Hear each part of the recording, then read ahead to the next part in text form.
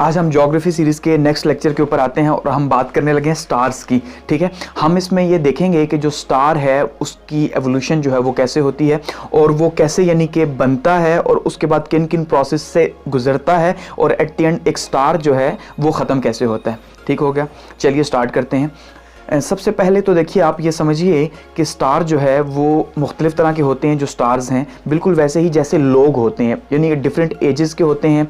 तो कोई छोटा है, कोई बड़ा है, कोई बहुत बड़ा है, बिल्कुल वैसे ही स्टार्स भी होते हैं। यानी कि वो सेम साइज़ के अंदर मौजूद नहीं होते बल्कि वो डिफरेंट साइजेस के होते हैं। सिर्फ फ़र्क ये है कि ह्यूमन बीइंग्स जो हैं वो उनके अंदर अगर हम कहते हैं टेम्परेचर नहीं है तो स्टार्स के अंदर जो हम कह सकते हैं कि टेम्परेचर भी मौजूद है। ठीक है, कोई कुछ ठंडा है, कुछ बहुत ज़्यादा गर्म और कोई बहुत ही ज़्यादा जो है वो गर्म है। ठीक है, तो ये स्टार्स इस तरह से होते हैं। अब स्टार्स हैं कितने, तो उस हवाले से तो हम कहें, अगर हम एक मिल्की वे की हमने लास्ट लेक्चर के अंदर बात की थी तो उसमें हमने बात की थी कि ट्रिलियंस ऑफ स्टार्स हैं, यानी 1 ट्रिलियन स्टार्स ऑलमोस्ट मिल्की वे के अंदर मौजूद हैं। सिर्फ एक गैलेक्सी के अंदर तो बिलियंस ऑफ बिलियंस गैलेक्सीज हैं, तो उसके अंदर आप स्टार्स को काउंट नहीं कर सकते कि स्टार जो हैं वो कितने ज़्यादा हैं। ठीक है, अब स्टार की अगर हम बात करें तो वो लाइट के हवाले से है कि सबसे पहले अगर हम देखें तो एक डेम स्टार होगा, उसके बाद थोड़ा सा उसकी लाइट ज़्यादा होगी, वो रेड कलर का होगा, फिर थोड़ा करते करते ऑरेंज होगा, फिर वो अगर बहुत ज़्यादा उसके अंदर जो फायर है तो वो क्या होगा, ब्लू कलर का हो जाएगा। ये स्टेप बाय स्टेप इसके जो हैं प्रोसेसेस हैं। यानी कि आप अगर इसको यूँ समझें कि देखें एक जो हमारा और स्टार है, जैसे अगर हम बात करें कि जैसे आपने सुना होगा जाइंट्स होते हैं। ठीक है जी, कि यार ये स्टार जो है ये जाइंट है, फिर हम कहते हैं ये सुपरनोवा है या नोवा है। तो एक जो जाइंट है, एक स्टार जो जाइंट है वो हमारे सन के मुकाबले में 300 टाइम्स जो है वो बड़ा है। जी हाँ, 300 टाइम्स बड़ा एक जाइंट है। तो फिर आप अंदाज़ा कर लें, और जो हमारा ख़ुद का जो स्टार है वो ऑलमोस्ट 1.3 मिलियन किलोमीटर्स है। तो आप फिर अंदाज़ा करें कि वो कितना बड़ा होता होगा जो जाइंट है, कि हमारा एक स्टार इतना बड़ा है। इसी तरह से अगर हम बात करें सुपरनोवा की कि वो कितना रोशन होता है, तो वो हमें नज़र आएगा जो हमारा सन है उसके मुकाबले में 5600 यानी 5600 जो है 5600 टाइम्स मोर जो है वो ब्राइट है। ठीक है, अब स्टार की अगर हम बात करें कि इसके अंदर एनर्जी जो है वो कहाँ से आती है, तो उसको हम यूँ समझेंगे कि जो स्टार के अंदर की एनर्जी है, ये माना ये जाता है कि एक ज़माने तक तो खैर साइंटिस्ट को ये मालूम ही नहीं था कि भाई ये जो स्टार है इसके अंदर एक्चुअली में एनर्जी कहाँ से आ रही है। तो फिर आहिस्ता आहिस्ता जो है 1930 के अंदर जो है साइंटिस्ट ने ये डिस्कवर किया कि शायद जो स्टार के अंदर हाइड्रोजन है वो चेंज होती है हीलियम के अंदर, और इस तरह से हीलियम जो है फिर वो आगे रिएक्शन स्टार्ट करती है, और जिसके नतीजे में जो है स्टार के इनसाइड से यानी स्टार के कोर से जो है वो लाइट बाहर आना स्टार्ट हो जाती है। तो इस तरह से जो एनर्जी है स्टार की वो बाहर आती है।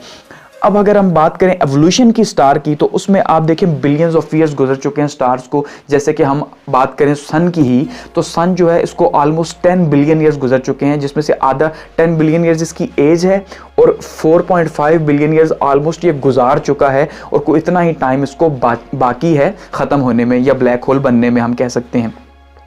तो उसमें हर एक की लाइफ जो है वो डिफरेंट है। तो अब अगर हम बात करें कि ये बनते कैसे हैं, तो इसके लिए एक थ्योरी यूज़ की जाती है, वह नेबुला थ्योरी। और नेबुला थ्योरी क्या है कि भाई स्पेस के अंदर बहुत बड़े बड़े जो डस्ट क्लाउड्स हैं, ठीक है, डस्ट के और गैस के क्लाउड्स हैं, उनको नेबुला कहा जाता है, और वही एक्चुअली में कॉज बनते हैं स्टार्स का बनने का। और नेबुला खुद बाय इटसेल्फ अगर उसकी बात करें तो वो भी किसी स्टार के टूटने की वजह से, ख़त्म होने की वजह से ही नेबुला, वो डस्ट क्लाउड जो हैं स्पेस के अंदर बनते हैं। ठीक है, अब अगर हम इसकी लाइफ की बात करें तो अब आपको समझ आएगी कि अगर एक नेबुला है यानी डस्ट का और गैस का एक क्लाउड है, तो वो एक बहुत बड़ा क्लाउड है। वो साइज़ टू साइज़ वेरी करता है कि वो छोटा भी हो सकता है, बड़ा भी हो सकता है। तो वो क्या करेगा कि उसके इन साइड में आहिस्ता आहिस्ता जब एनर्जी पैदा होना स्टार्ट हो जाएगी तो उसके अंदर एनर्जी बहुत आहिस्ता आहिस्ता बढ़ती जाएगी। इवन बढ़ते बढ़ते बहुत ज़्यादा जो है उसका टेम्परेचर बढ़ेगा, और वो करोड़ों के हिसाब से उसका टेम्परेचर, करोड़ों डिग्री सेंटीग्रेड के हिसाब से उसका टेम्परेचर हो जाएगा। तो जो उसका इन साइड ग्रेविटेशनल फोर्स की वजह से और उसको ज़्यादा दबाने की कोशिश करेगा, लेकिन जो बाहर की साइडें हैं वो क्या हो जाएंगी, वो टूट फूट का शिकार हो जाएंगी, क्योंकि वहाँ पे जो ग्रेविटेशनल फोर्स है वो कम हो जाएगी। नतीजे के तौर पे वो बाहर की साइडें अलग हो जाएंगी, और जो अंदर का उसका हिस्सा है जो इंतहाई सुर्ख किस्म का हो चुका है एनर्जी की वजह से, वो स्टार बन के सामने आ जाएगा। ठीक है, अब ये तो इसकी फॉर्मेशन है। अब दो तरह के स्टार्स फॉर्म हो सकते हैं। एक वो हो सकता है जो हाई मैस स्टार है, यानी जिसका वजन बहुत ज़्यादा है, और दूसरा वो है जो लो लो मैस स्टार है, ठीक है जी। अब जो हाई मैस स्टार है, नॉर्मली जो स्टार्स होते हैं वो हाई मैस स्टार्स ही होते हैं, ठीक है। तो उसमें कैसे यानी कि उसका सीक्वेंस चलेगा, तो उसका अगर हम सीक्वेंस देखें कि भाई जो स्टार नेबुला जो है, नेबुला से क्या बना, एक हाई मैस स्टार बना। उस हाई मैस स्टार का सीक्वेंस आगे क्या बना कि उसके अंदर की एनर्जी जो है कंज्यूम होना शुरू हो गई, यानी उसके अंदर जो हाइड्रोजन और हीलियम मौजूद थी अब वो बिलियंस ऑफ ईयर्स क्या है वो कंज्यूम होना स्टार्ट हो जाएगी, जलना स्टार्ट हो जाएगी। लेकिन करते करते क्या होगा कि वो एनर्जी ज़ाहिर बात है with the passage of time कम भी होगी, और उसके अंदर जो है स्टार के इनसाइड कोर में क्या होगा कि बहुत ज़्यादा एनर्जी जो है वो इकट्ठी हो जाएगी। तो जो उसकी बाहर की साइडें हैं वो स्लोली बाहर की तरफ निकलना स्टार्ट हो जाएंगी, यानी उनमें ग्रेविटेशनल फोर्स जो है वो कम हो जाएगी कि वो कोर की तरफ जुड़े रहें। तो जैसे जैसे वो बाहर की साइड पे फैलेगा तो वो क्या होगा, वो जाइंट बनना शुरू हो जाएगा, फैलना शुरू हो जाएगा बहुत ज़्यादा। तो करते करते वो जाइंट की शक्ल इख्तियार कर लेगा। उसके बाद वही जो जाइंट है, जब बहुत ज़्यादा उसके कोर के अंदर एनर्जी पैदा होगी बहुत ज़्यादा, तो वही जाइंट क्या बन जाएगा, सुपरनोवा बन जाएगा। यानी सिर्फ वो अंदर से उसका कोर ही बाकी रहेगा, बाकी जो उसकी साइडें वो फैल जाएंगी, और उसकी इतनी ज़्यादा लाइट होगी, इतनी ज़्यादा कि वो हम कह सकते हैं कि भाई जो मैंने आपको एग्जांपल दी थी कि एक सुपरनोवा जो है वो 5600 टाइम्स जो है हमारे सन के मुकाबले में उसकी लाइट ज़्यादा है, ठीक है। फिर करते करते वही एनर्जी कंज्यूम हो रही है, साइडें उसकी जो है वो ब्रेक होती जा रही हैं, टूटती जा रही हैं। तो एंड में उसके अंदर जो एनर्जी कंज्यूम हो के एंड में सिर्फ एक न्यूट्रॉन ही बचेगा, तो वो एक न्यूट्रॉन स्टार बन जाएगा, ठीक है। या तो ये होगा कि वो एक न्यूट्रॉन स्टार बन के रह जाएगा, बाकी सब कुछ उसका ख़त्म हो चुका है, जल जल के अब हीलियम कंज्यूम हो रही है मुसलसल। तो उसके बाद क्या होगा, अगर उसके अंदर आयरन बचा हुआ है, ठीक है, फिर भी तो वो आयरन मजीद जलना स्टार्ट हो जाएगा, और करते करते करते वो बिल्कुल ब्लैक हो जाएगा, यानी कि उसके अंदर अब कुछ नहीं बचेगा। तो वो क्या होगा, ब्लैक होल बन जाएगा। वही स्टार जो है जो स्टार्ट हुआ था तो वो ब्लैक होल बन गया। और ब्लैक होल क्या है, ब्लैक होल किसी को नहीं मालूम कि वो कितना गहरा है, क्या है, उसके अंदर लाइट भी इवन जाए तो कुछ मालूम नहीं कि वो हर चीज़ को, ग्रेविटेशनल फोर्स उसकी इतनी ज़्यादा है कि हर चीज़ को अपने अंदर जो है वो पुल कर रहा है, खींचता जा रहा है, और हर चीज़ जो है उसके अंदर जाके ख़त्म होती जा रही है।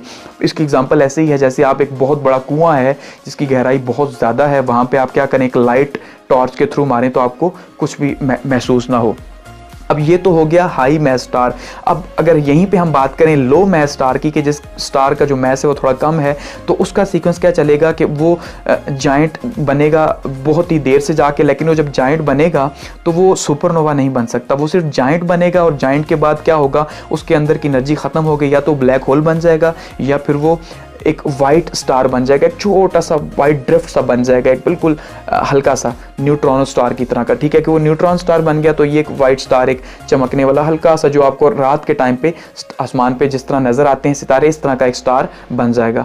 तो ये इस तरह से स्टार जो है, इसकी ये एवोल्यूशन का प्रोसेस स्टेप बाय स्टेप इसी तरह से ये चलता है। यानी कि सबसे पहले अगर हम इसको रिपीट करें तो अब इसमें यहाँ पे एक बात समझिएगा सबसे पहले कि ये स्टार साइकिल एक्चुअली में, कि आपने देखा कि जब at the end star giant बना, ठीक है, या सुपरनोवा बना, तो उसके बाद वो फट जाता है स्टार, ऐसे ही टूट जाता है या फट जाता है, क्योंकि ग्रेविटेशनल फोर्स उसकी बहुत कम हो जाती है। तो जब वो फटता है तो वो साइडें उसकी बहुत जाके दोबारा से डस्ट क्लाउड बनाती हैं, और फिर से वो स्टार बनने का प्रोसेस स्टार्ट हो जाता है। तो इस तरह से यानी ये रीसाइक्लिंग प्रोसेस मुसलसल चलता रहता है कि एक नेबुला से, एक डस्ट क्लाउड से स्टार बनना, और फिर जब एक स्टार जब टूटता है तो दोबारा से उससे एक नेबुला बनता है, एक डस्ट क्लाउड बनता है, तो फिर वो दोबारा से ये प्रोसेस इसी तरह से चलता रहता है। तो इस तरह से बिलियंस ऑफ स्टार्स जो हैं हर रोज़, हर मिनट के अंदर, हर सेकंड के अंदर यूनिवर्स के अंदर बन रहे हैं और ख़त्म हो रहे हैं। तो ये प्रोसेस इस तरह चलता रहता है। यानी कि सबसे पहले नेबुला होगा, उसके बाद उसमें से स्टार बनेगा, हाई मैस या लो मैस, उसके बाद वो क्या बनेगा जी, सुपर जाइंट बनेगा, फिर सुपर जाइंट, फिर सुपरनोवा, उसके बाद